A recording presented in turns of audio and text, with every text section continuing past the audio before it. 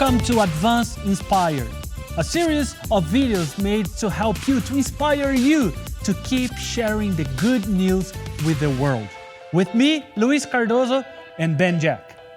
On today's episode, we have part 2 of our Egypt special, and we're going to be checking out an amazing outreach event that happened in Egypt that saw hundreds upon hundreds of people respond to the gospel. And I'm really excited for you to see some of the things that I got to see firsthand last year over there in Egypt. Check it out.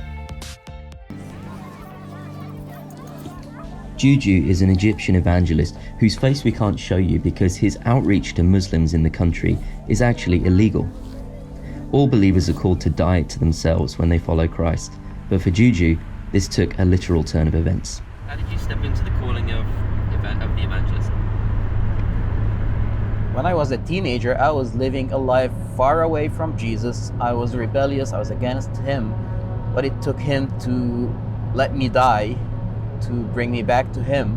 At the age of 16, I died with my blood sugar because I'm type 1 diabetic, and I heard God's voice saying, "It's not time yet, son." And ever since, I started asking, why am I alive? What do you want me to do here? And the more I asked it, the more I got to know him, and I knew that I have a message to give to people.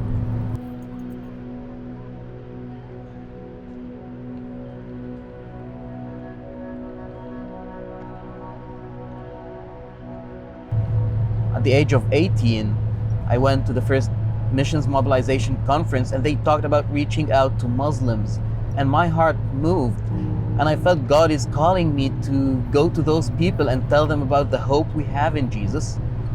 And I started my work as an evangelist here in Egypt, and God not just called me for Muslims in Egypt, but to go to the neighboring Muslim countries as well. And I've been going and leading teams going to the rest of the Middle East and to the Muslim world, telling them about Jesus and sharing the gospel and the good news with them.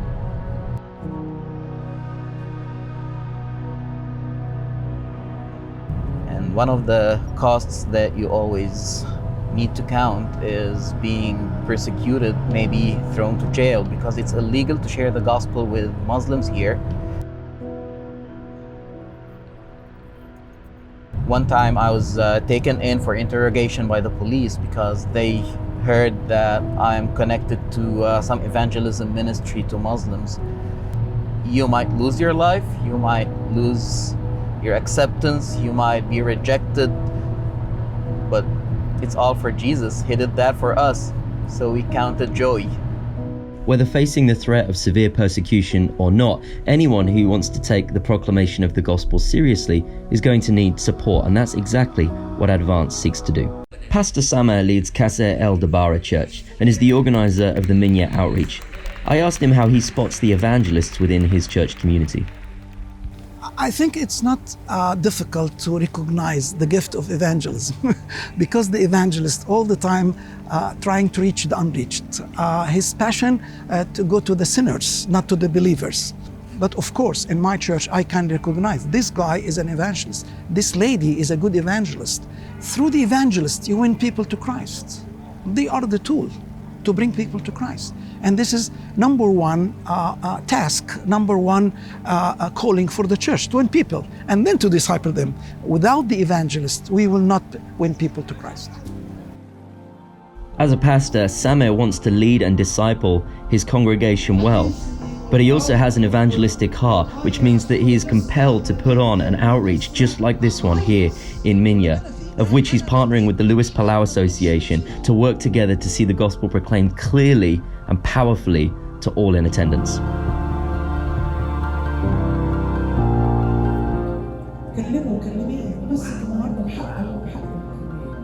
And you can meet God here this evening,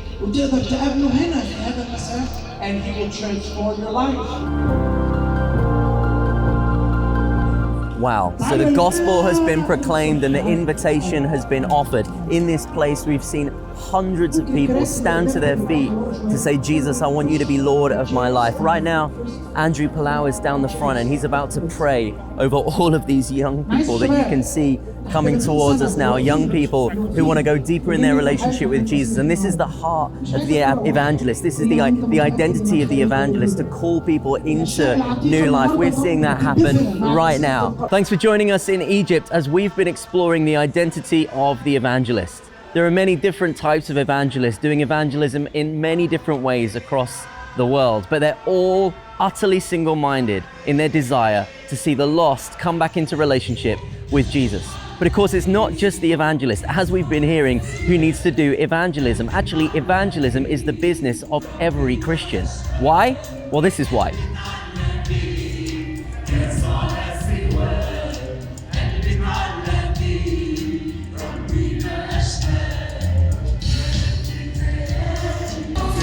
That as they hear, they would turn from rebellion to relationship, from death to life, to move into the fullness of true life in relationship with Jesus. Worship, as Moses said to Pharaoh, let my people go so that they may worship me. Witness to worship. We'll see you next time.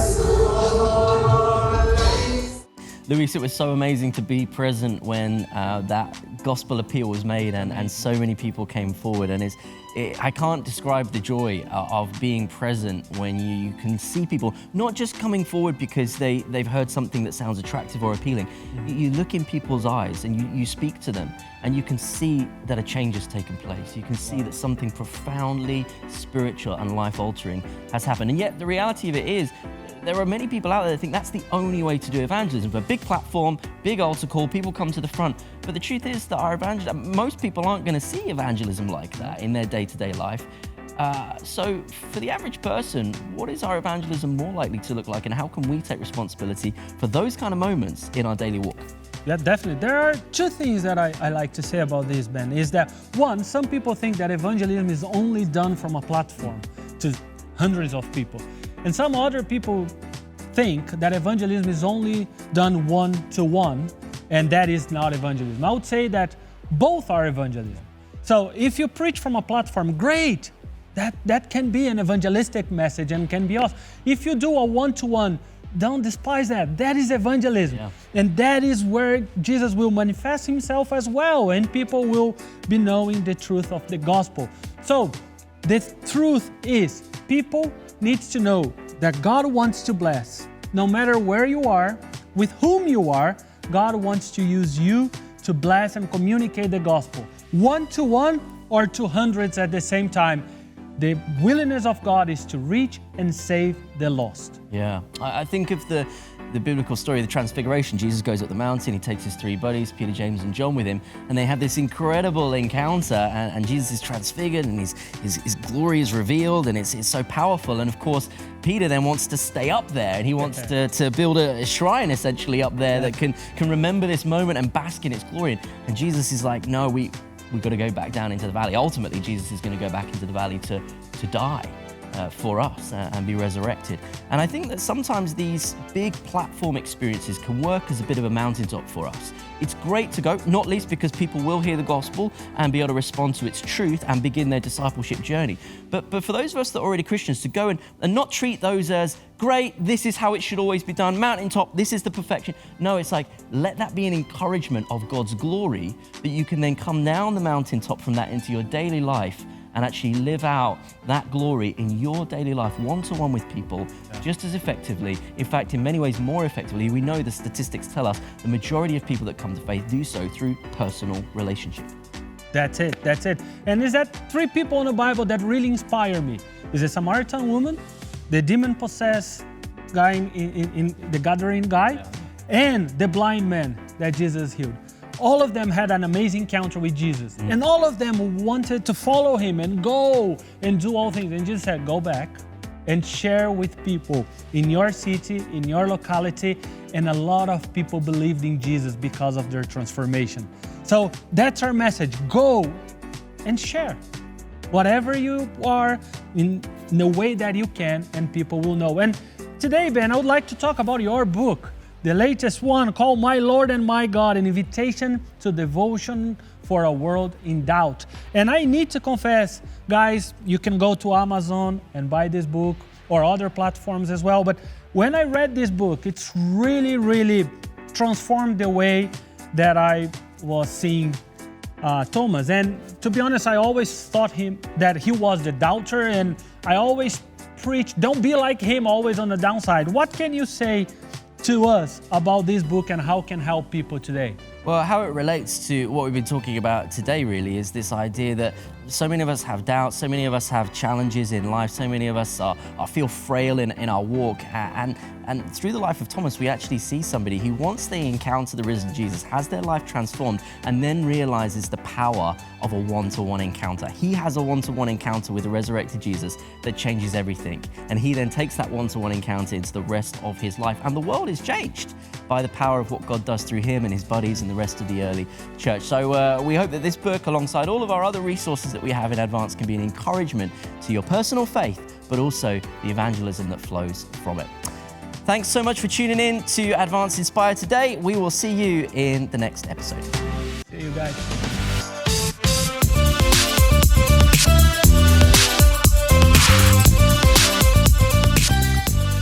We hope that you enjoyed the show. Make sure you don't miss out on what's coming up on Message Live. All you need to do is like our Facebook page, subscribe to our YouTube channel, and click the bell to receive notifications and the latest news of Message Live.